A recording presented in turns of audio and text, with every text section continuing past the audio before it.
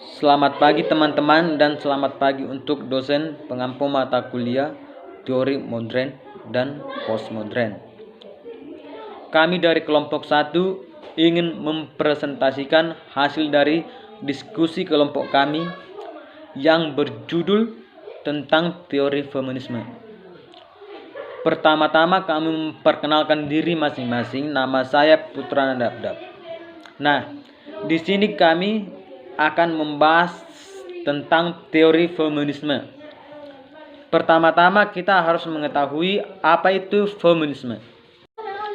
Feminisme adalah gerakan sosial, gerakan politik, dan ideologi yang memiliki tujuan yang sama, yaitu untuk mendefinisikan, membangun, dan mencapai kesetaraan gender di lingkung hidup politik, ekonomi, pribadi, dan sosial lainnya. Feminisme adalah sebuah paham yang muncul ketika wanita menuntut hak yang sama atau kesetaraan yang sama dengan laki-laki ataupun pria.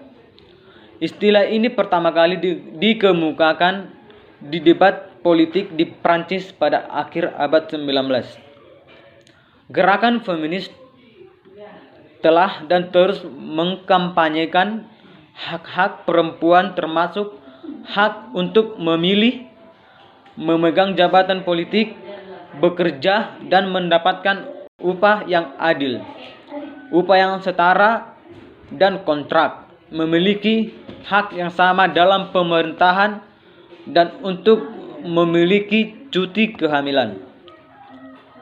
Sejarah feminisme.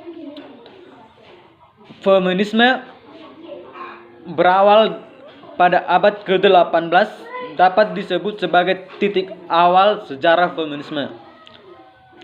Walaupun sudah ada wanita yang melakukan debat untuk mendapatkan posisi yang diakui masyarakat yang setara dan bisa dibilang sama dengan kaum laki-laki, feminisme belum terlalu banyak berkembang pada saat itu.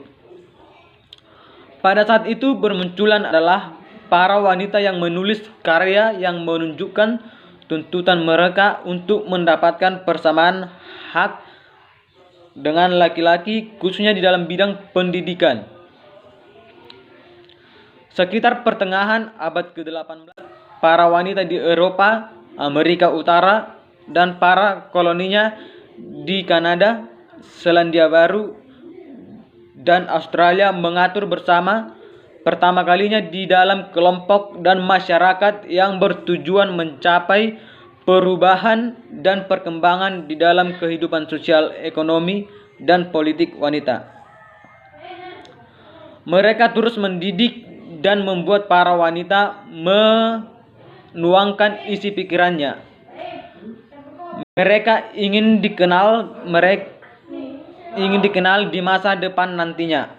Mereka menulis autobiografi, riwayat hidup atau sejarah yang kelak akan kita kenal sebagai karakteristik dari awal munculnya feminisme. Perkembangan feminis di Amerika Serikat. Gelombang feminisme di Amerika Serikat mulai lebih keras bergaung pada era perubahan dengan terbitnya buku The Feminist Mystique yang ditulis oleh Betty Frieda pada tahun 1963. Buku ini ternyata berdampak luas, lebih-lebih setelah Betty Friedan membentuk organisasi wanita bersama National Organization for Women atau NU pada tahun 1966. Gemanya kemudian merambat ke segala bidang kehidupan. Dalam bidang perundang-undangan, tulisan Betty Frieda berhasil mendorong dikeluarkannya Equal Pay Right pada tahun 1963, sehingga kaum perempuan bisa menikmati kondisi kerja lebih baik dan memperoleh gaji sama dengan laki-laki untuk pekerjaan yang sama, dan Equal Right Act 1964 yang membuat kaum perempuan mempunyai hak pilihan secara penuh dalam segala bidang. Nah, dalam perkembangan di Amerika Serikat ini, di mana muncul beberapa tokoh yang menulis tentang berbagai kegiatan perempuan yang ditulis dalam sebuah buku. Nah, di sini mereka menuntut bahwa perempuan ataupun wanita harus mempunyai kesetaraan hak yang sama dengan laki-laki, baik di dalam bidang politik, sosial, dan terutama dalam bidang pendidikan. Nah, dalam hal ini mereka menuntut untuk mempunyai hak yang sama dan memperoleh upah yang sama di dalam sebuah pekerjaan atau instansi yang mereka gaungi. Gerakan feminis yang mendapat momentum sejarah pada tahun 1960 menunjukkan bahwa sistem sosial masyarakat modern memiliki struktur yang pincang akibat budaya patriarki yang sangat kental.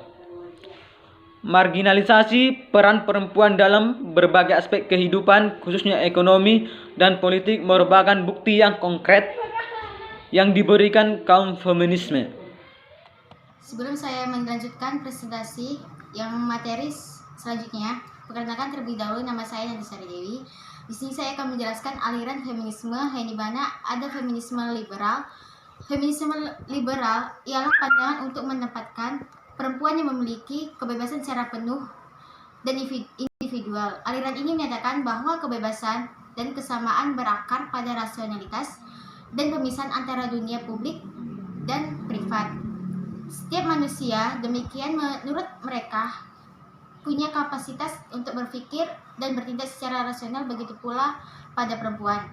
Di mana feminisme liberal, perempuan memiliki kemampuan untuk menentukan nasibnya sendiri. Namun kemampuan ini kerap dibatasi oleh anggapan sesaat, yang dimana bahwa perempuan secara alamiah dan mutlak lebih lemah dan bodoh jika dibandingkan dengan laki-laki.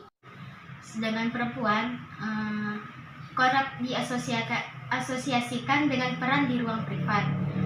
Solusi dari permasalahan ini, perempuan harus merebut ruang publik dari laki-laki dengan cara memilih karir, bahwa mereka juga bisa melakukan hal seperti yang dilakukan laki-laki. Yang kedua, feminisme radikal, yang dimana ini muncul sejak pertengahan tahun 1970-an. Aliran ini menawarkan ideologi perjuangan separatisme perempuan. Pada sejarahnya, aliran ini muncul sebagai reaksi atas kultur seksisme dan dominasi sosial berdasar jenis kelamin di Barat pada tahun 1960-an, utamanya melawan kekerasan seksual dan industri pornografi. Pemahaman penindasan laki-laki terhadap perempuan adalah salah satu fakta dalam sistem masyarakat yang sekarang ada. Gerakan ini adalah sesuai namanya yang radikal. Yang ketiga, ada feminisme postmodern, yang dimana gelombang ketiga memiliki pemikiran untuk menghapuskan perbedaan antara maskulin dan feminin, jenis kelamin wanita dan pria. Mereka mencoba menghancurkan konsep para kaum pria yang mencegah wanita untuk memposisikan dirinya dengan pemikirannya sendiri dan tidak mengikuti pemikiran pria.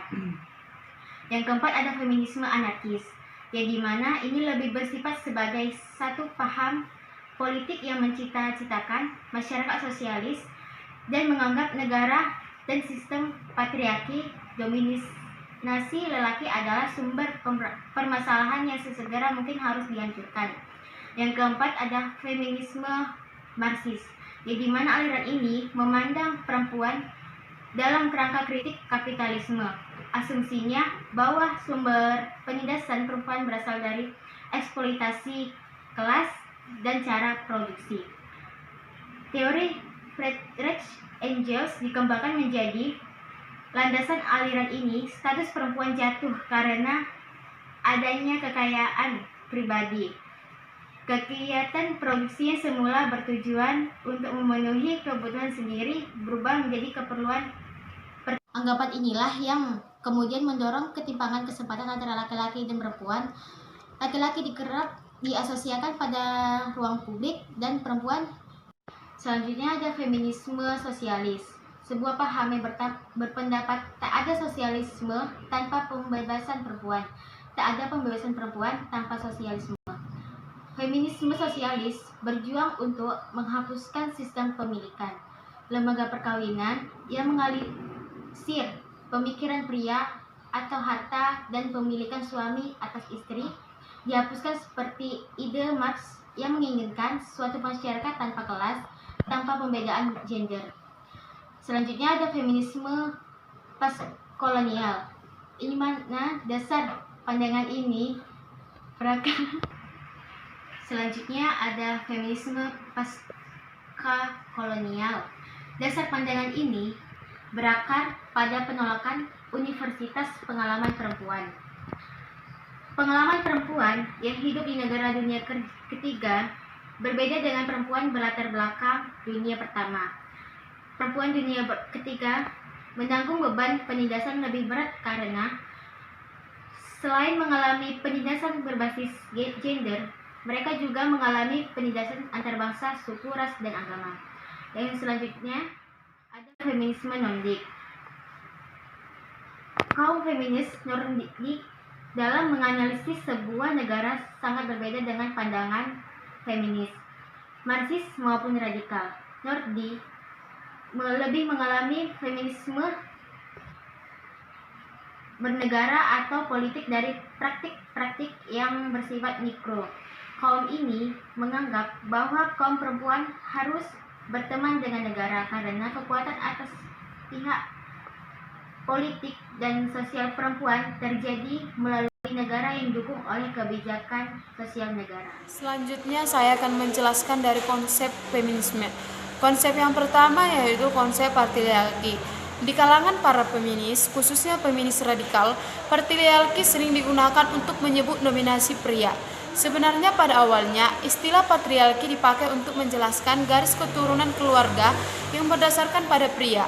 Seperti yang dinyatakan oleh Engels dalam buku The Law of Father karya Mary Murray, dia menjelaskan adanya kelamin dan gender. Kelamin merupakan penggolongan biologis yang didasarkan pada sifat reproduksi potensial.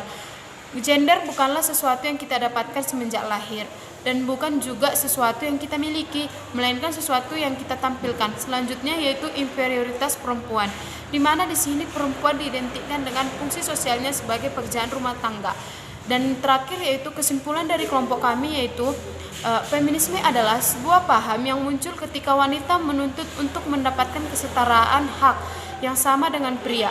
Aliran feminisme modern yaitu feminisme liberal, feminisme radikal, aliran feminisme modern yaitu feminisme anarkis, feminisme sosialis, feminisme pasca kolonial, feminisme Nordik. Adapun kelamin merupakan penggolongan biologis yang didasarkan pada sifat reproduksi potensial. Gender bukanlah sesuatu yang kita dapatkan semenjak lahir dan bukan juga sesuatu yang kita miliki, melainkan sesuatu yang kita tampilkan. Gender membangun sifat biologis dari tadinya bersifat alami, kemudian melebih-lebihkannya pada akhirnya menempatkannya pada posisi yang sama sekali tidak relevan. Demikianlah presentasi dari kelompok kami. Sekian dan terima kasih.